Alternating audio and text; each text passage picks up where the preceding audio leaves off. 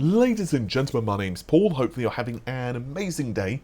I'm going to kick this video off discussing the RTX 3090 Ti, as this GPU is shaping up to be extremely interesting, as of course RTX 40 will be launching next year. And RTX 40, aka Lovelace, is said to have an extremely high power consumption figure. Indeed, we'll be discussing that further in just a moment. But the RTX 3090 is certainly not exactly shy at sipping your energies.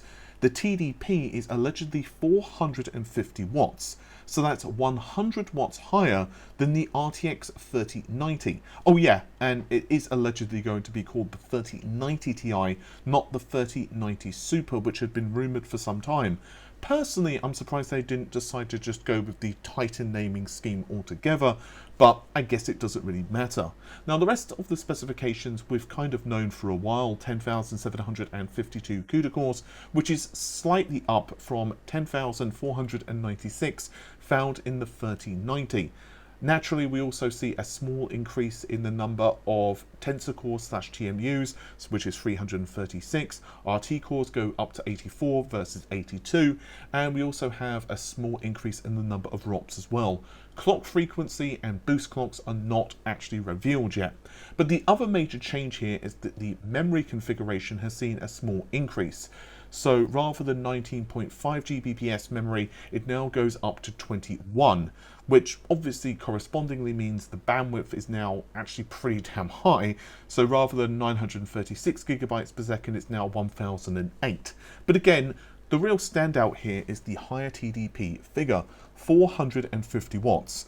Now, it's possible that the higher memory speeds somewhat contribute to that, but it's also possible that we're seeing other things too. I have been hearing rumours of higher clock frequencies, but either way, it doesn't really matter too much, because this is apparently going to result in a new power connector. From what videocards.com, who posted this information, can gather, I'm going to read this part verbatim. It does not necessarily mean a Molex microfit 12-pin connector, but supposedly a new standard for PCIe Gen 5. We have only heard about a 16-pin connector, which also appears to be in microfit format, but this information is still behind embargoed electrical specs for the new information. Hopefully the embargo in Gen 5 will end once compatible motherboards are released next month, end quote. So the release date for this GPU is January 2022. And yeah, I mean, we can expect it's going to be a rather expensive card. In January, we're also expecting to see the launch of the RTX 3070 Ti, which apparently has 16 gigabytes of memory, and also the RTX 2060 12GB. Now, obviously, the 2060 is basically there to compete with cards like the 6600 and other cheaper cards from AMD, and it's going to be priced very competitively for that purpose. Another benefit, of course, is it's on technically a different process, so Nvidia can hopefully get these GPUs out at decent quantities. Now, ultimately, whether decent quantities means it's going to be able to satisfy demand or not, who the heck knows at this point, but it's going to be very interesting anyway for Nvidia to roll back, I suppose, on an older design. So I just spent the last few minutes discussing the RTX 3090 Ti and telling you guys it seems to be in preparation for Lovelace. And there's a very interesting tweet from Grayman55. Now, to be clear, he's generally speaking had a pretty good track record. According to Grayman, he actually believes that the TDP for the RTX 40 series could be 600 watts. Now, I've got to tell you guys, while that figure is a very high figure, let's just be honest, I'm hearing that RDNA 3 is not going to be sipping the power juice either. In fact, I heard that it's very power hungry, probably well over 400 watts as well. Now, ultimately, these figures could be wrong, right? Let's just be honest. It's very early. The cards are not out. But yeah, I mean, in my video from yesterday, I'll link it in the video description, I have heard that AMD are basically doing anything and everything they can to eke every last millimeter of juice, well, that didn't really make sense, but you get what I mean, out of RDNA 3 across the board, especially for Navi 31. And so I suspect Nvidia are going to do much the same for Lovelace. Now, Lovelace is not a slow GPU architecture, it's very fast.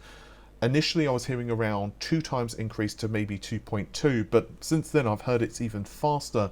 perhaps 2.4 or maybe even faster than the RTX 3090. So that's extremely quick, but obviously at the end of the day, 600 watts is a very, very, very large amount of power to consume. However, I do believe that this is just going to be the way of things going forward. At the end of the day, there's only a certain amount you can do by, say, reducing the process node, right? Going from, let's say, 14nm to 7nm, down to 5nm, and so on and so on. There are, well, pretty much limits there. And obviously, even shifting to MCM designs, again, there's only a certain amount that you can achieve. And I don't think that Intel GPUs, Arc is probably going to be, that is the, original Alchemist architecture, which is going to launch early next year. I think that's probably going to be relatively, lower power consumption because, well, it's just not designed to compete with a GPU such as, let's say, the 1490.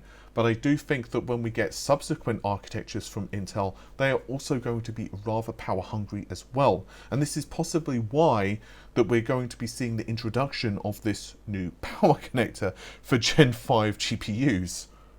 I'm really curious to hear what you guys think regarding this because, I mean, obviously it's going to be a lot of challenge for the designers of coolers as well. And one thing I will say about the Founders Edition, let's say the 3080 or the 3080 Ti, I have to say that the reference cooler actually does a really good job.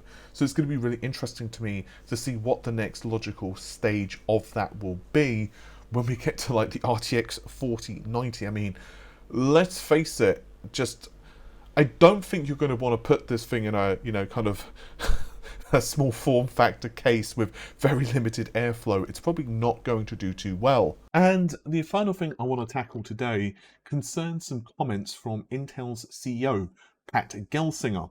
Now, of course, Pat is not new at Intel. He obviously did a large stint previously, but has recently rejoined now as the CEO. And he had an interview with CRN. I'll, of course, link the interview in the video description. I'm going to read this verbatim.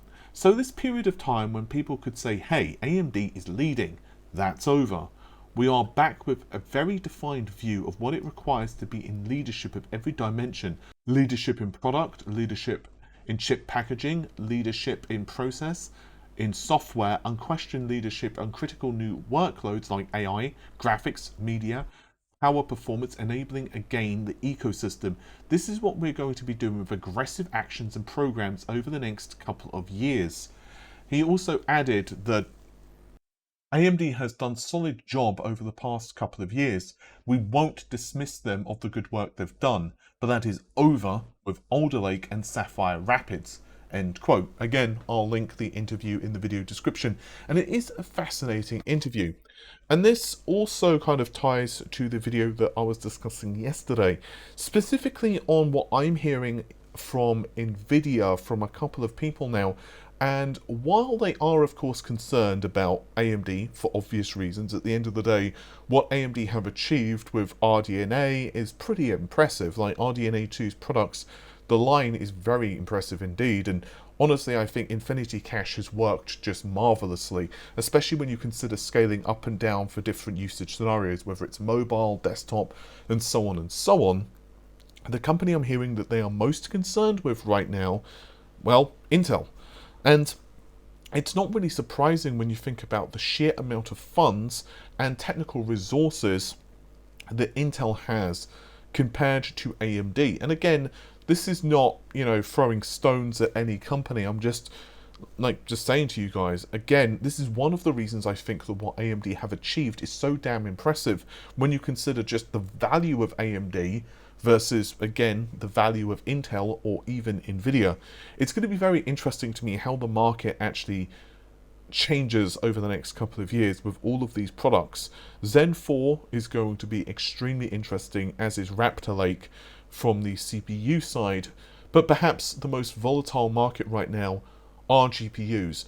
Because obviously shortages, yes, they have affected things, but I am pretty confident that next year is going to be a lot better for that, as are many other companies. We've even heard Lisa Su herself say that, supply is going to get much better next year. Nvidia have said it, Sony have said it, Microsoft have said it, and so on and so on.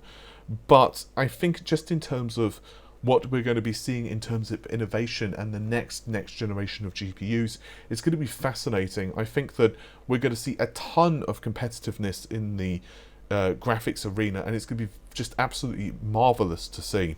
With that said, thank you very much for checking out the video. I'll see you soon. Take care of yourselves. Bye for now.